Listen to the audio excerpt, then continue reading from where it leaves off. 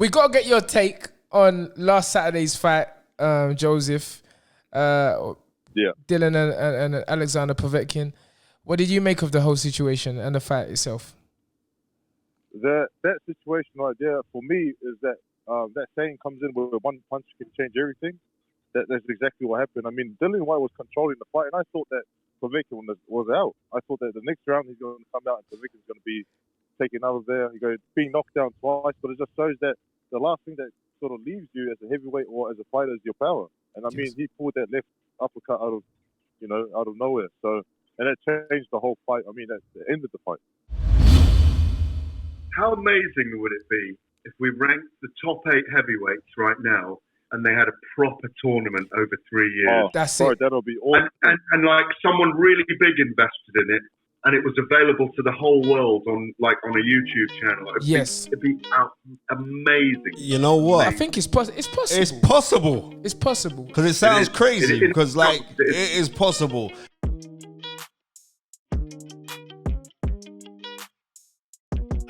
Ladies and gentlemen, welcome to the Fighters Right, the one, the only, Mr. Gareth A Davies. How you like that, guy? I'm good. Listen, I want to apologise, but I've just driven through the heaviest rain I've ever driven through, about 40 miles back from Cambridge. I'm not joking now.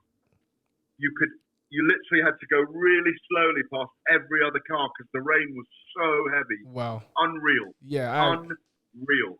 These are cataclysmic times, gents. Yep, we're living in the end days, they call it. BLM. The end days. The biblical end days. Ain't no biblical end days, nothing. Bro, every time when we get something really bad, we think, you know when it was really bad? In this country, in the Dick Turpin days. That's when it was bad. And if they thought it was then, it was really bad. So we keep on going on. I struggled on the highway tonight. Spence, I'd have struggled on the highway. Yeah, well, you're here safely right now. You know what? Gareth, it looks really weird that I'm looking at you and you ain't got your glasses on. You know that? The glasses are powerful. The glasses is your look. Yeah. Thank you very much, my friend. Give him a wheel off there, Tun. Come on, guy. You got him in the mode now. Mr. Telegraph himself. Oh yes. Yeah. Oh yes. That's the shoot. That's the image. That's the shot on Google. That's the one I like. The rockstar image. yeah, looking like Roy Orbison. Yes, sir. Cool. Right, let's talk boxing. I'm good. Yeah. We should really call you Mr. Boxing. You know, long time journalist, Mr. Daily Telegraph, I think we should call you Mr. Everything. Mr. Sky, MMA as well. MMA. Bellator, everything, the whole lot. Anything to do with throwing a punch, Gareth is always there. What? Kick, elbow, or knee you can include there. Yeah, you're rubbing your nose like you beat on some powder. What's the matter with you? No, I don't do powder. No, I don't do powder. We don't do things like that, Gareth. Come on, what's the matter with this guy? I drink tequila. Okay, yes, little show. Have a little tipple in for your health right now. Yeah, of course you can. No problem. Of course you can, mate. To your health. With great respect. Right. Can we get serious, gentlemen? Yes. And let's talk boxing. Let's get serious. Come on, fire away, Spence. Hey, listen, all I had to get me home was BBC Radio 2 and some sound. Excellent. Okay. Well, the major thing that we have to speak about is the Dillian Whyte Alexander Povetkin fight on the weekend. Give us your thoughts, Gareth, on what happened.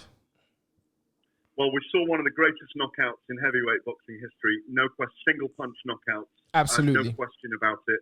Could live in any era with any knockout. The Mike Weaver knockouts, those kind of things. Really, really amazing. I thought Dillian's body looked cold early in the fight. I was there live. I thought he looked cold. And that was just my instinct.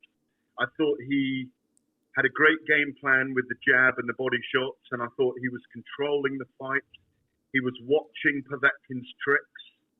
And I think he just made a mistake for one moment, and Povetkin may never throw and land a punch like that ever again. I agree. It was like the perfect knockout uppercut punch, transfer of weight to the left foot. And it just shows that you cannot write off someone with pedigree in the heavyweight division. Absolutely. I wish Dillian had jumped on him when he was ahead, and that's my feeling now in retrospect. I think Dillian could have afforded to jump on him a bit more, but in straight lines rather than getting trapped on the ring as he was in that moment. And he missed with hooks. Povetkin said he'd prepared for it. White said he'd done the same hundreds of times, but it's a similar punch to the one that Anthony Joshua hurt him with as well. So, we just speaking about that. We just spoke about that. The same punch. But I feel for him as well. I think poetic justice wasn't done. You've got to feel for the guy, but he's a risk taker. But you know what? Because of his background, because of his upbringing, because of the way he is, because he's a genuine fucking warrior. Yes, he will come back from this. Come on, and that's what we've been saying. You know, when the fight happened, the rains arrived. Yeah. When the fight, when Dillian got stopped, Tunde 10 seconds after the fight, Tunde phones me crying. He was crying so much, right? I'm not gonna lie to you. Like, we've grown up with Dillian. We've known him since a little boy. I had to question my loyalty to Dillian Whyte. I said, bro, how come I'm not crying and this little Nigerian man's crying? It was so upsetting for me, you know, because as you said, Gareth, you know, we know what Dillian's been through. The stuff he's had with the WBC and the waiting and the risks that he's taken that he didn't really need to take. He had to take that. Dean Powell would always say to us, when you're number one spot, just wait. You're going to get your shot. Yeah, and he could have done that. You know, but as you said, Gareth, quite rightly said, he's a warrior. You know, he's a risk taker. He's a warrior. He wants to be active and he wants to entertain. But I totally agree with what you're saying. You know, in any era, that would have knocked out anybody. Great punch, great delivery. You can see that he practiced that punch thousands of times because it was just a perfect punch. It was a perfect punch. And you know what the thing was, this is like how he tricked the jab to close the distance and then throw the uppercut. He was doing that from round 2. He was looking for the uppercut, but he was actually trying to look for the opening. There's times where he hit Dillian to the body and he would pause because he was looking for that uppercut. And there's certain times where he would throw the uppercut and it hit Dillian on the chest because Dillian had very high hands and it would fold over, and as he would fold over, it hit Dillian in the chest. But he was looking for that shot. Gareth, tell me something. I mean, in all your time... Can I ask you both, though, did you think Dillian looked loose enough? I didn't think he looked loose. Yeah, I do have, you know... That's I mean, listen, hindsight... Hindsight's a great thing. Hindsight's a great thing, but I felt the same. There wasn't really no... And that's why that was leading on to the question I was going to ask you. You know, in all your time corresponding in boxing, have you ever... What's the feeling now that, you know, there's no crowd? What kind of sense do you get? And the feeling or the reaction, what it does to the fighters, what you feel, does it, if you feel it does anything, you know, do you feel these fighters, it's kind of a situation where I was saying to Spencer that it's now like every fight is a 50-50 fight because, you know, the quote unquote, there ain't no home fighter. There ain't no home crowd. It seems like a level playing field. What's your sense? What kind of sense do you get being in an arena, with an empty arena, no crowd? Well, the O2 has definitely become Dillian's home. There's no doubt about that. 100%. You know, that walk into AC/DC and that energy in there that comes. I'm not joking. There were only 60 people there on Saturday night, and the adrenaline dump was immediate. Silence. I think it would have been the same kind of silence. Wow. That greeted Anthony Joshua being knocked out by Andy Ruiz. It drains something from you. This is what I was saying. Come on, talk on this, Gareth, please.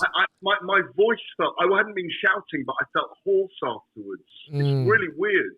It took me longer to write my piece because you're trying to take it all in. You know, yes. I'm filing on deadline and talking to the radio straight away, and it drains an emotion from you that's so deep, you know, because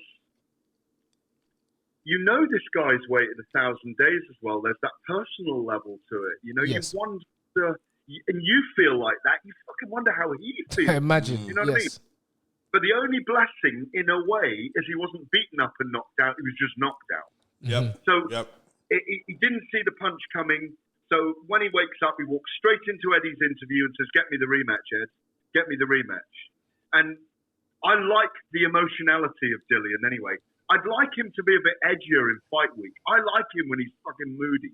I don't like the calm I and think he fights collective best with his back against the wall. Do you know what I mean? Yes. Do you think like he's becoming a bit more polished? Or like as Well, Mickey he is said, becoming more polished. yeah, as Mickey said in the Rocky movie, you're getting civilized. Do you think like he's getting a bit too? Listen, I like the bad man Dylan. I'm being real. I like that Dylan where he's like, yeah, come. But the thing is, more of it, I think he's getting more confident within himself. And as he gets more confident within himself, I thought Dylan did some really good things in that fight. Correct. Like really, really good things. I like how he's rolling in, throwing left hooks downstairs to the body. I wish that he came upstairs with a left hook. He did some really, really good things. But on the same thing as well, it's like, this is my opinion, and I could be wrong, but I think he gave Povetkin too much respect. Totally. He tried to outbox the boxer when he didn't need to. Right. You know? Right. Okay. That's what I meant. I mean, listen, it's easy with hindsight. It's easy sitting from one of the 4 media chairs that were there. Yes. I'm sorry I kept you so long. You even need to eat your dinner, look. Spencer's we've got a whole box of Krispy Kremes, and Spencer's literally the whole really box. Nice. They're really nice. Come on. All right, go, but, I'm still in shape, sunshine. I'm convinced Dillian will be a world champion because I think he's going to be the boogeyman for one of them. It might even be Tyson Fury, you know? You know what? I totally agree with you. Yeah. How do you feel that? Left hook, if he gets into range with that left hook, and he can knock anyone out with that left hook. Anyone. And Dylan has had, quite a few tough fights. The Joseph Parker fight, he was knocked down. I think the Rivas fight, he was knocked down. Rivas, he was knocked down. He was knocked down. Over from an uppercut as well. Uppercut as well. Don't you feel that these kind of fights are could take have an effect on Dylan moving forward, because they're not these ain't easy fights, and I don't feel that. I was saying, Dylan, just take your time, don't rush, get yourself back and then just go again. But I don't like to see fighters going through tough fights back to back to back to back, at this level. What's your opinion on that, Gav? Well, as long as he's being paid well enough, I'm happy for him. Listen, he's getting paid. He won't want to be hit by a punch like that again. Definitely. Yes. But you know what? He's a big man. I tell you that. He's Dylan's big man. He's a genuine heavyweight. I mean, I'd forgotten how big he was and stood next to him this week or last week in fight camp and went in the Winnebago with him, which was lovely. Yes. But I just think he's got, afterwards, when his career's over, he's going to be someone with a real clear message, Yes. And I think that message will drive him. And I do want to see him in against Anthony Joshua again. I do want to see him in against Wilder. I do want to see him in against Fury. Yes. Because I'm just interested in the build-up of those fight weeks and what happens in the fight. Because he's still developing.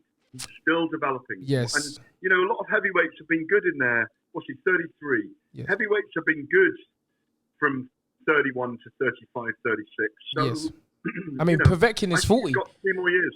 Povetkin, 40. Yeah. Yes. But different kind of... I mean, look he's got a different pedigree, though. 7 years ago against Klitschko. Yes. The game's a game, and it is a very, very unforgiving sport, especially if you're looking for forgiveness. But I'm being real, because Dylan has this. He has a real toughness about him. He has a real mental toughness as well. And I spoke to him on Sunday morning. So did Tunde. Yes. I spoke to him on Sunday morning, and he was like, "Look," I said, first thing I said, "Bro, what do I know? You all right?" He said, "Spence, seriously, if I wasn't all right, I'd tell you, I'm good. I just got caught. I know what I have to go work on. We're going to get the rematch in November or December." Now, we know that not the rematch, but Pulev is challenging Joshua for his version of his world titles, and that fight's going to be in December. It's going to be hard to sell a pay-per-view, 2 pay-per-views in December, so they're going to have to most probably pull that fight forward, and it's going to be in November. And fair play to Povetkin, he's already spoken out through his management as well, saying, "Look, I'm a man of my word. I'll give him his rematch. He deserves his rematch. I'll give him his rematch. I'd like the fight to be in Russia, but that's going to happen." So, but he was saying I'll travel wherever. So because of that, I'll be really looking forward to that rematch. And if Dillian Whyte was getting beaten up in that fight, I would be very, very hesitant to say go and take the rematch. But in my mind, I had him still up on the scorecards, especially with the 2 knockdowns. I had him up on the scorecards, and it's not a fact that, you just got caught because the guy planned the shot to catch you with, but you weren't getting beaten up. And because you wasn't getting beaten up, I believe that you can come back. And because I know Dillian Whyte and his mental toughness, that he will come back, and fingers crossed that he's victorious in the rematch. I completely agree. He's got a mental tough. I think we've seen it. He's responded really well. I mean, he gives it, but he's taken it very well. He gives it on social media, doesn't he? I mean, I'm not in that world, but he takes. I think he's taken it well. He took his licks. He came back well. All the things he said are right. Yes. And he's going to be hurting. I mean, he's bound to be hurting, but he's a grown man. He's a proper grown man. I love him to death. I think he's brilliant. Absolutely. And Dillian said to me, on Sunday on the phone, he said, "I'm sorry I let you down, but trust me, watch." That was his words. Just watch the rematch. I'm gonna knock him out. So he's full of, You're going to say something, Gareth? I think you can tell in the relief of some of his rivals, their reaction to what happened to him. Yes. Almost. Absolutely. You know what I mean? Absolutely. But, listen. But it does enhance the speed of Fury and Joshua taking place, I think. It does. It does, very much so. But they both got business to take care of themselves. And we've seen that, heavyweight boxing, you literally can't take your eye off the ball for 1 second. So, that's right. Well, it's about knockouts. It's about knockouts. It's always been about knockouts. It's exactly. And so Tyson Fury's got Wilder and Anthony Joshua's got Pulev. How do you see those fights going, Gareth? Joshua stops Pulev in 6 or 7 if he boxes right, in my view. And I think he will. And I think, I'm fascinated. I think Wilder's just going to come out throwing this time. Throwing. It's going to be amazing. I think it'll be a Hagler-Hearns. Yes. It could be a Hagler-Hearns in the heavyweight division, but if Fury wants to, he could sit back and box this time and counterpunch. You just never know, Yeah. But in sporting terms and in event terms, they're fascinating. The clashes of culture, the who deserves the undisputed title of this generation. We're very lucky to be in this period, in my view. We're very lucky. I mean, people compare them to, the great golden age of the heavyweights in the 70s and say, but they couldn't have lived, none of them could have lived with them, or they couldn't have lived in the 80s and 90s with Holyfield, Bowe, Riddick, Bowe, Holyfield, Mike Tyson, Lennox Lewis. But, those comparisons are odious in a way because, these are the people now. That's correct. Exactly. That's what we've got, But I just think we're lucky to have all these guys who the world is actually interested in seeing them do it. And the world's also fascinated at how weird the game of chess is in negotiating in boxing and how from the top down, the biggest money is the most complex fight to put on. And as you were saying just now, you can wait the longest. Yes. Yep. Heavyweights can afford to wait when they're big. And Dillian's a box office star, so he could have waited. He could have. And it's just like, what was it? It was Riddick Bowe in 93 when he was going up against Evander Holyfield again. And he said, "We ain't the greatest, but we're the latest." Right? And that's it. And it's who's here now. And I'm saying, there are certain guys, in the 70s was incredible. Right? And we just got to be real. Come back in Muhammad Ali, Joe Frazier, Ken Norton, but George Foreman. But then there's other guys that we don't want to call. Oscar Bonavena could fight, right? You watch the first fight that Oscar Bonavena had with Joe Frazier. You'll know what time of day it is. Watch the first Jerry Quarry versus was that 1769? That was Jerry Quarry versus Joe Frazier. Watch that fight if you want to learn inside fight. It was stuck on him. He was on his. Them two were on each other's chest like they were Benelin. It was one of them ones. It was like Spence, let's keep it up to date. I'm keeping it up to date. Let's keep it up to date. But I'm saying to you, like, in those times, okay, fighters, the game's changed now. Yes. Right? And I don't ever want to be, well, it's not like in my day. I don't want to be like one of those guys. I'm being appreciative of what's here now. And more so, I'm appreciative of guys who want to go get in there and fight the best that are around. Dillian Whyte's one of those guys. That's why he's commended. Anthony Joshua's one of those guys. That's why he's commended. Tyson Fury's one of those guys. That's why he's commended.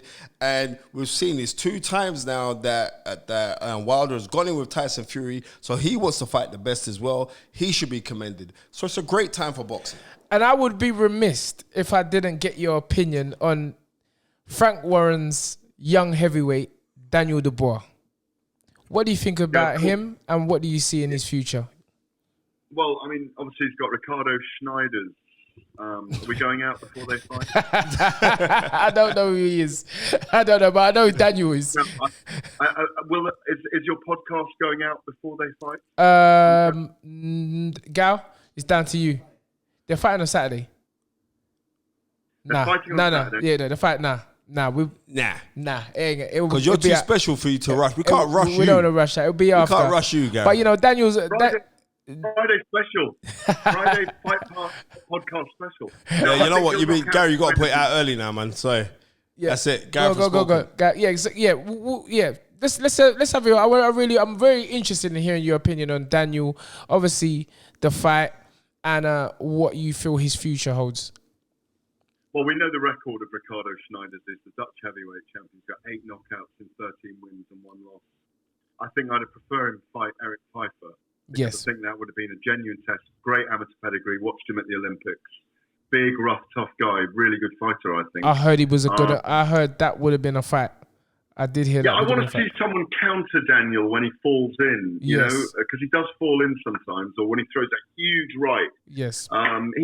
He's there for a right counter, isn't he? And, you know, you want to see him get hit almost because...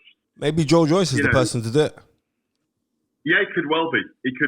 I mean, I expect Daniel Dubois to come through this in 4 or 5 rounds. Again, it's a very difficult atmosphere in that BT Sports studio. There is no atmosphere. It's just, you know, it's a 20-meter walk and they're in the ring, aren't they? And it's not a giant ring either. So I think Daniel will do a number on him and, you know, he'll say a few nice things afterwards, you know, that he's going to keep trying. And we don't really know him yet. He actually sparred with Povetkin. I know he sparred with Povetkin maybe earlier, late last year, I think he did. And I heard some good reviews over that. But, you know, sparring is sparring and, you know, Frank is speaking very highly of him. And, you know, I heard Frank saying that he's willing to take on Dillian right now. No, well, if prior to Saturday, I would have said it was too early. But now, I mean, I liked Frank's PR move. I thought it was very smart to come out and say, me and Eddie need to meet and let's do these matchups. I mean, 6 out of 10 of those fights, I was salivating. Yes. But probably 4 out of 10 you just can't make. They're not going to be made yet.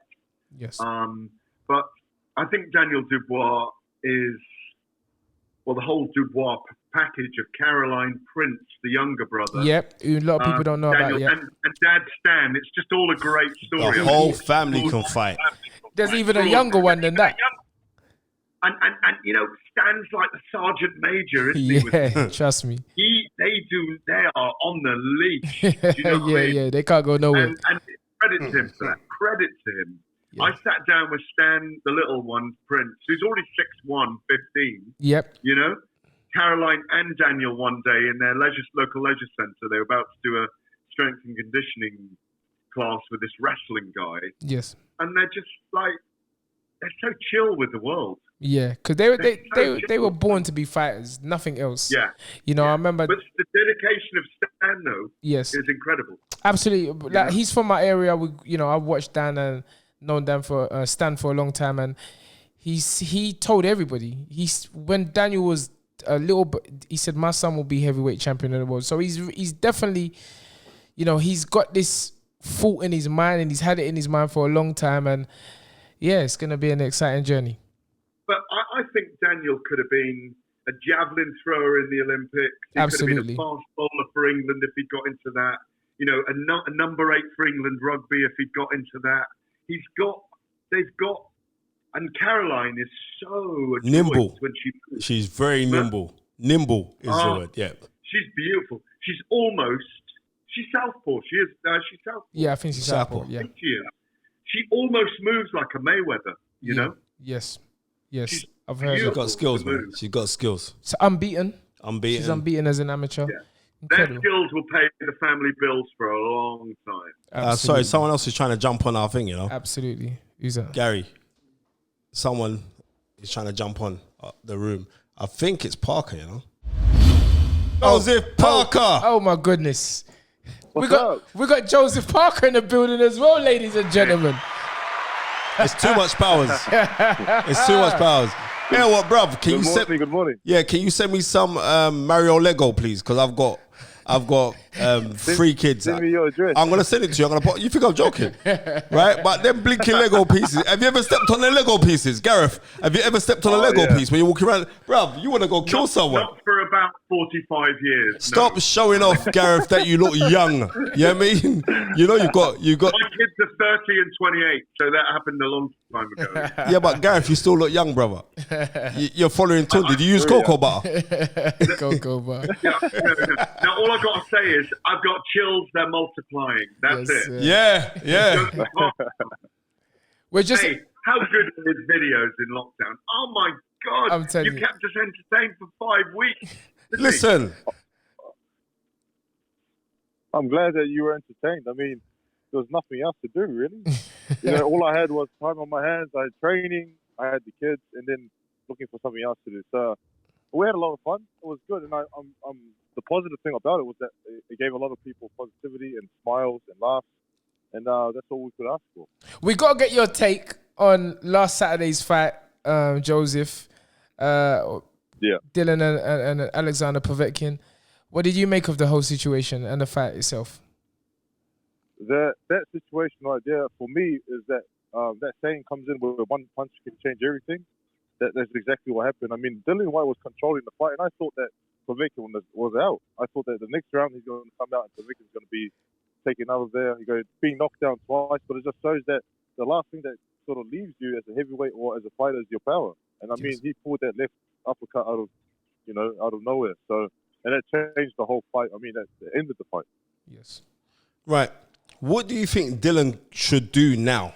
Because he's talking about the rematch, but in your honest opinion, where you've been a world champion and straight after you losing your world title, you come up against another hot prospect in Dillian Whyte, which was an incredible fight, which is a really good fight. And it's like, I think that was the first time you ever got knocked down as well. I was really shocked at that. First time. The first one was actually a headbutt. You do realize that, right? The first, he kind of threw a shot and he hit you with a head.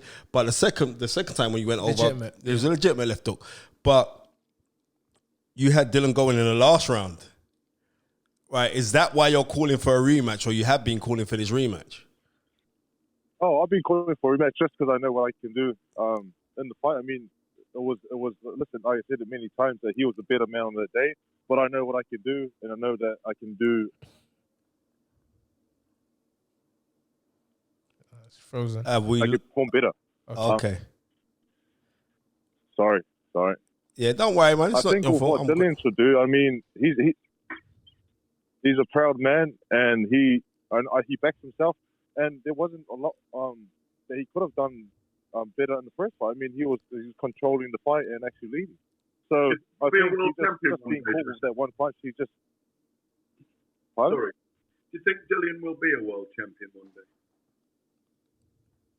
I think so. I think he's just. I think because he's driven, and also he's aggressive, and he knows what he wants, right? And the way that he took this loss, it was actually quite impressive. It was good to see, and he was real humble in defeat. Yes. But he sort of stood back and goes, okay, this is what happened. I have to come back and do better. Mm-hmm. You know, and it's not like one of those defeats where you get defeated and all of a sudden you're angry at everyone. And like, I mean, he's grown as a fighter and as a person throughout his career. You have. Beautifully said. Yep. Listen, your fight with Dillian, if I never said it to you, I worked it ringside for the radio. Oh, did you, Gareth? But I didn't know you did that. Did you really? But I was doing the radio. We were doing the radio. When you're doing radio, like, oh my God, it was so.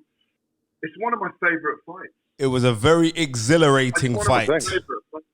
You know, I'm sorry you lost, but it was so. That's okay. It's all learning. It's learning, right? I mean, but if we can run it back, I would love to have another go. I respect him as a fighter, as a person. We do keep in touch. But if we had the chance to have a rematch, I'll take it in a heartbeat. Yes, Right. So what does the future hold for you, Mr. Parker? What's next? Because the gentleman who you beat in your last fight just came over here and got beat by one of Dillian's protégés. So like, yeah, I saw that. Okay, but it was a little bit quicker than when you beat him, though. Yeah. That's what I'm saying. I'm not trying to cause no trouble. We laughing for Gareth. Why is Gareth trying to instigate? You just caused trouble. That's all he does. That's all he does, Spencer. I got to stir it up, son. I think Joseph would blow Babic away, I'm afraid. You know what?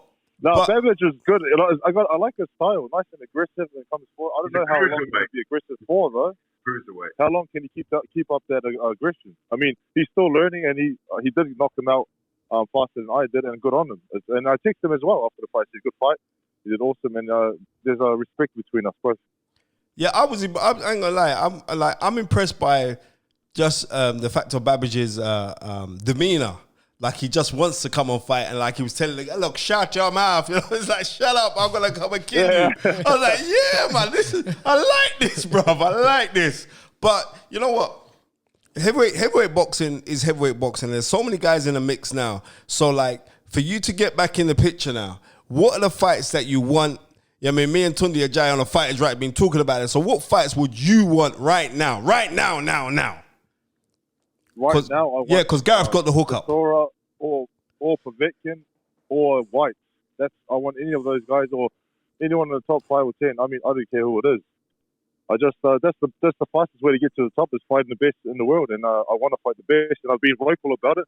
I know my last 2 opponents haven't shown that because it was last-minute opponents, but I want to fight the top 10 in the world if I can, if the team can make it happen. Yes, sir. Well, this is the Fighter Right. The Fight is Right. Anything can happen. Yeah, we want our 10%. We're gonna make some phone calls for you right now. And you see this guy. First it'll be the Lego, and then 10%, right? Yeah, definitely. Then 10%. But the Lego, definitely, because I've got like 3 young kids, mate, who get on me nerves certain times, but I love them dearly. But no, what I'm saying is this: like when you fought Anthony Joshua, yeah, you fought Anthony Joshua, you fought Dillian Whyte. Where would you? I know you're very close to Deontay Wilder. I don't know if you've sparred or not, but I know you guys are close, right? If you to rank the heavyweight division right now, how would you rank the heavyweight division? If I had to rank it right now, yeah, like your top 4, top 5 maybe. Fury, Joshua. I know Wilder's still there. White, and myself. Okay, so Povetkin's not in the argument then. I'm just saying. You know what I mean? He did get a good win the other day. You know what I mean? I'm just saying. You know what I mean? Runner up. No, you want me to tell our editor Gary to just chop that bit out? No. But there's a lot of, like you said, there's a lot of heavyweights at the top level, and there's also a lot of heavyweights coming up. And it's just at the moment the heavyweight division's on fire, and there's some great fights to happen, and there's great fights to be made.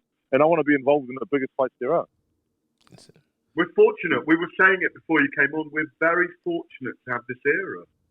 You know, there are 4 years of fights to be made, and then, you know, whether it's Dubois or Hrgovic or whoever comes through at that stage, there are 4 years of all you guys, 7, 8 and above. The top. Let's keep doing it. You know. Yeah. Fantastic. Would you fight behind closed doors though? I'll fight anywhere, anytime. I mean, if it's, I love boxing and I love fighting, and I've been training so hard since my last fight. I want to get in the ring. I don't care where it is. So you take a pay cut behind closed doors, yeah? Yeah, I'll take a pay cut. Whatever I can do to get in the ring. He don't need to worry. He's making loads of money, man. Ain't you seen his Lego advert? He's cashing in. What kind of bird is that? Huh? Say it again? What kind of bird was that? It was a seagull. I have no idea.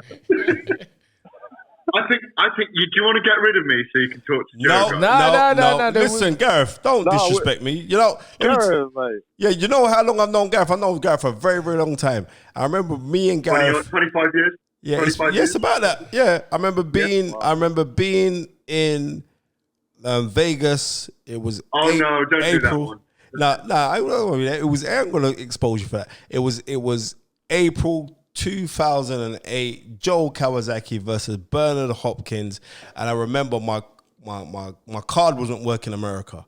I went to go draw out some money, and Gareth said, "What's the matter?" And I said, "Right, this thing's not working." And Gareth said, "Oh no, I've got some money to give you. I would never take it from him." Never. But what I'm trying to say, it was a nice thought and gesture, my friend. I don't forget these things. I don't remember that. But I will always do that for you. Yeah, I know, because you're a good guy like Gareth, that. do you want my bank account number? No, I want your artistic director to work with. Listen, the quality of those videos. Bro, the singing videos, I'm telling you, you know what I mean? That is another, seriously, over the lockdown, that got a lot of people, because it went so viral that they were playing it on terrestrial TV in the UK, like on the news, on BBC, on ITV. It just went nuts. What made you come up with that? The first one was just a Love Actually one, and we knew it was one of those movies where a lot of people. It's a famous movie, so we thought, why don't we do something else to spread, tell people to have fun at home, and spread positivity. And I think from there we just got, from the messages, we're like, okay, well, let's just continue, see what we can come up with. And if you guys have any ideas of any movies or scenes that you want to, chuck out there, let me know, and I'll do my best. Come on. All right, there's a movie called Rolling with the Nines, right? It was a gangster movie, right? Rolling with the Nines. Go Google that one, right? There, go do that one, man. Spencer makes his cameo, 5-minute cameo in that video. Yeah, a Mafia one would be good, like The Godfather. Or that would be good, or even Goodfellas. Okay. Yeah, Goodfellas. Yeah. Send me a list. Why do you think I'm funny? And we'll try. I'd like you to do This Is Me, the Bearded Lady. I'll try that one. From The Greatest Showman. It's brilliant. Oh, The Greatest Showman. From The Greatest Showman. Yeah. Okay. That's too hard. Well, seeing as we're speaking about films, what's your greatest film, Joe, before you got to jump off? What's your best film? Greatest film? Yep. To be honest, I just go back to the Rocky. Yeah, I'm pretty boring with the. Okay. Which one though? Which Rocky movie? The first one. First one's Okay. And you, Gareth, what's your favorite movie? Favorite movie? Ooh. I've got a couple of movies in my head from recently. Revenant, yeah. Yes, that's a wicked movie. Oh, I watched it on a giant screen. I sat right in the front. It was just unbelievable, and I love the history of the fact that there's no written history of that time. I know it's colonial and all that shit, but it was extraordinary those people managed to survive out there. And the movie 1917 from recent, unbelievable. Oh. I haven't got to see that movie, but now you've mentioned it, I'm going to go watch it. It makes you want to be a young man at war, weirdly. It's like the thrill. No, I just think that's shit going on. Your nature. Not really, That's how I think you're a war kind of person, Gareth. What's yours, Tunde? Your favorite movie? It's got to be, like Joseph, it's got to be one of the Rockies, but it wasn't Rocky 1, it was Rocky 3. Just because you can relate to Mr. T and going back to the ghetto. So Rocky 3 was the one with Mr. T, and I always remember Mr. T say to Rocky, understand. Hey woman. Remember that? Why you bring your pretty self to my apartment? I'll show you what a real man is. Yeah. So it's got to be Rocky movies, but yeah, all in all, I like all films. So let's wrap it up. It's been great talking to everyone. Joseph, we're looking forward to your return because a very, very exciting fighter. One that heavyweight division needs. And as you say, any of those fights, Chisora, Povetkin, AJ again, Dillian, it'd be great fights. And Gareth has said it. We got 4 years of heavyweight boxing, a kind of roulette. You know, we're in an era where one can fight the other, and I know nobody wants to lose, but you know we can lose and then run it back again. It's a great time we're living in.